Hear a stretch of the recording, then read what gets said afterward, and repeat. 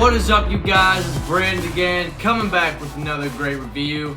Today, we have the LM01 drone for ages 14 and up. This is a beginner drone. Didn't have any reviews on Amazon, so you know, figured go ahead and get it, see what it's all about. Boom! Alright, so yeah, that's definitely pretty small and lightweight. I do know that it's under the 250 gram needed to fly without having to like register it or whatever. So yeah, it's very lightweight. Very lightweight. Yeah, that's the whole thing. Insert the battery.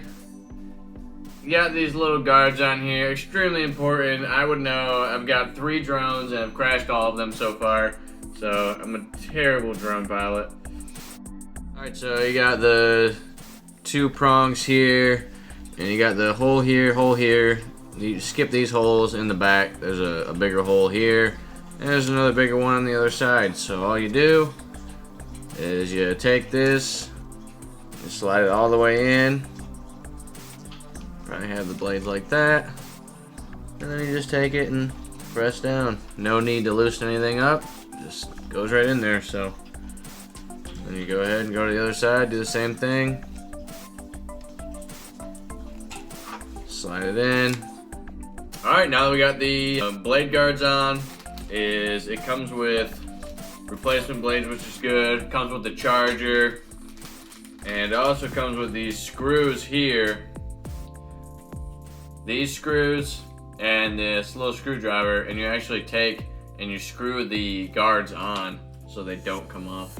And it comes with some backup screws as well in case you lose them, because these things are tiny. Probably can't even see that, but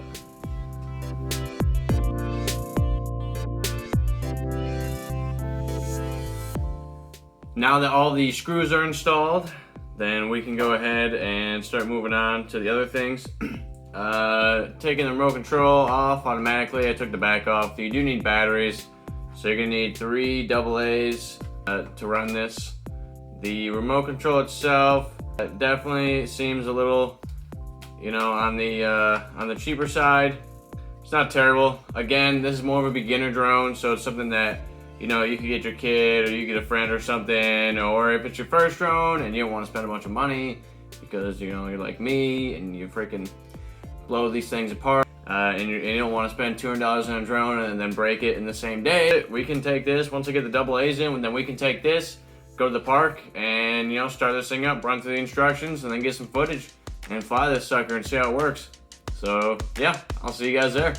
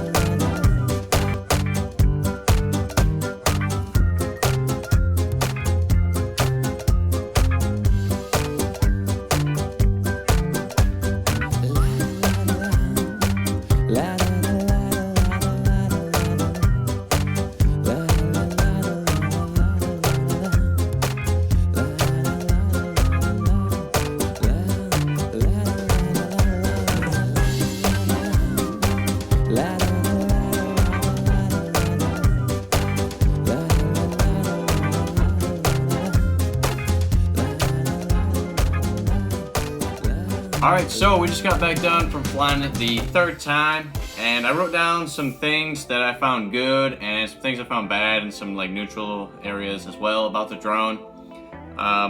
We can go ahead and start off with we'll do the bad first.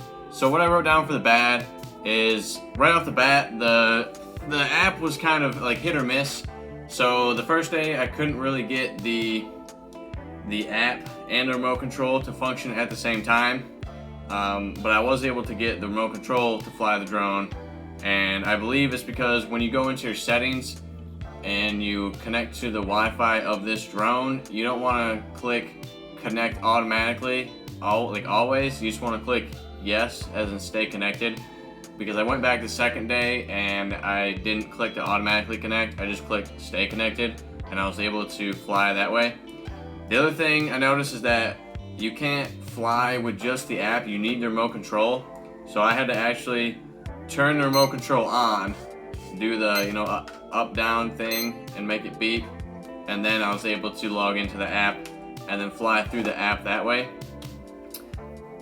So that was kind of, like I said, it was kind of hit or miss with the app and everything. Also, the fact that when I was recording, it would be laggy. So I'll show you guys some clips of what I mean by laggy, where I would be flying it and then it would kind of like skip, and then the drone would be flying and then the video footage would just kind of like load in here. So the fact that it was kind of laggy wasn't really that good. But again, this is geared more towards a beginner drone learner. So if you're not really too concerned about what the footage looks like, I mean, you can fly it and see the footage and get, a roundabout.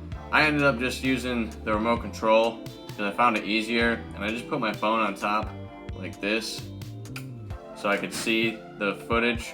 But I ended up just flying it around, like watching it and just flying around like this. I didn't even really use the footage, but I did go back just to review the footage. The fact that it's under 250 grams is a good thing because you don't have to register it. But also it kind of sucks because when it's windy outside, you definitely don't want to take this thing when it's windy outside, because it blows around a lot. And that's the other thing too, because it's so light, once you start going higher up, it really just starts rocking around. So that's another aspect of why, the video quality isn't going to be that good, because it's so light. So the video is just going to be bobbing and weaving. So that kind of sucks.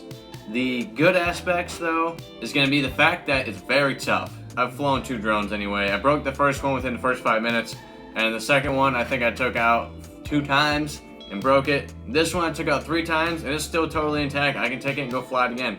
So that's pretty cool. It's very hardy. I definitely came down one time and just smacked it in the ground, and it just kind of hit and bounced off and kept going. So that's pretty cool. Almost hit like a metal wire with it and just kind of like hit it, bounced off, and kept going. So it is a very tough drone, so that's good. If you want to, if you're a beginner, or you're getting this for someone who's a beginner, say age is 14, a little nephew, brother, whatever, sister, and you want to get it for them, or if you're starting out, then yes, this is going to be a little tough, hardy drone. And like I said, I've already broke 2 drones before this, just blown them to smithereens, so I would know this is a good tough drone. The fact that the app features as well, I said it was kind of hit or miss, but there's also an app feature that I tested where you can, when you're actually looking at the app and you're looking through the eye of the camera, I had it basically looking at me, and you can draw like a little square, like I highlight a little green square, and I just highlighted it over my body on the image, and then it would just follow me. So wherever I walked, the drone would just turn and follow me, which I thought was pretty neat. It does have some pretty cool app features in it, and also it'll follow you around and everything. It did it pretty decently. It didn't break or anything. The good part is, again, it's under 250 grams, so you don't have to register. That's a good thing if you just want to take it and fly it legally.